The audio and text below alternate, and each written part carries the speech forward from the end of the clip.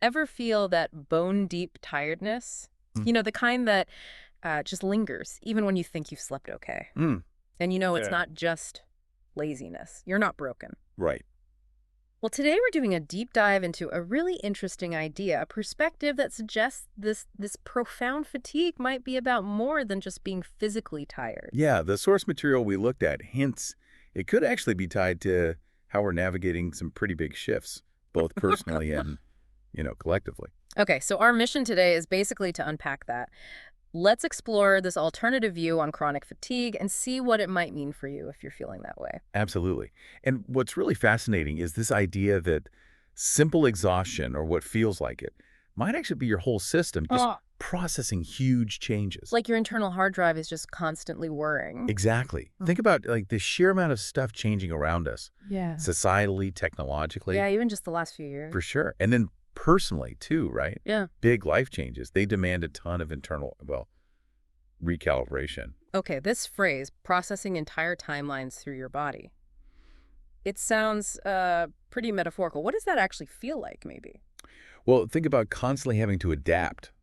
New tech, new ways of relating to each other. Mm. Your mind, your body, they're trying to integrate all this new reality into how you already operate. Hmm. And it's not just thinking about it. It's like an energetic absorption. That makes sense. The text also mentions holding light in rooms that have none. That image really jumped out at me. How does that add to feeling drained? Oh, yeah. That really speaks to the emotional energy, doesn't it? The effort we put into maintaining hope or positivity. Not just for yourself. Right. Often for others, especially when things are tough, it's this subtle but uh, really significant emotional lifting. It can be incredibly taxing over time. Like being the designated cheerleader when everything feels heavy? Exactly that. It takes energy. And then there's that other bit about translating energy for people who don't even know what they're feeling. That sounds like a completely hidden workload. It really can be. Some people are just naturally more empathetic. They can unconsciously pick up on the emotions floating around. Like an antenna. Yeah, like a human antenna, constantly tuning into and maybe even mediating these emotional signals. That can lead to serious fatigue, even if you're not, like, consciously clocking it. Which ties right into managing your emotions and everyone else's. We hear about emotional labor at work, but this feels bigger. It is broader, definitely. It's Wow. that constant, subtle effort, regulating your own state and responding to the emotional undercurrents around you. It's invisible management, and it burns fuel. The source also talks about living in two worlds. It says the old one that still exists and the new one that's trying to be born through you. How does that split create exhaustion? Well, imagine trying to navigate a world where the old rules, the familiar structures, they're shifting under your feet. Yeah, things feel uncertain. Right. So you're trying to honor what was, maybe, but also adapt to this future that's still Yeah. blurry, still unfolding. That internal negotiation, trying to bridge those two realities, it can be incredibly draining. I liked the analogy they used too, being a finely tuned system running high-frequency software on a dense, outdated operating system. What's the kernel of truth there? Well, that paints a picture, doesn't it? Yeah. It really captures that feeling of being maybe highly sensitive, tuned into subtle energies, rapid changes. Or feeling stuck. Exactly. Feeling held back or weighed down by older patterns, maybe societal structures that haven't caught up.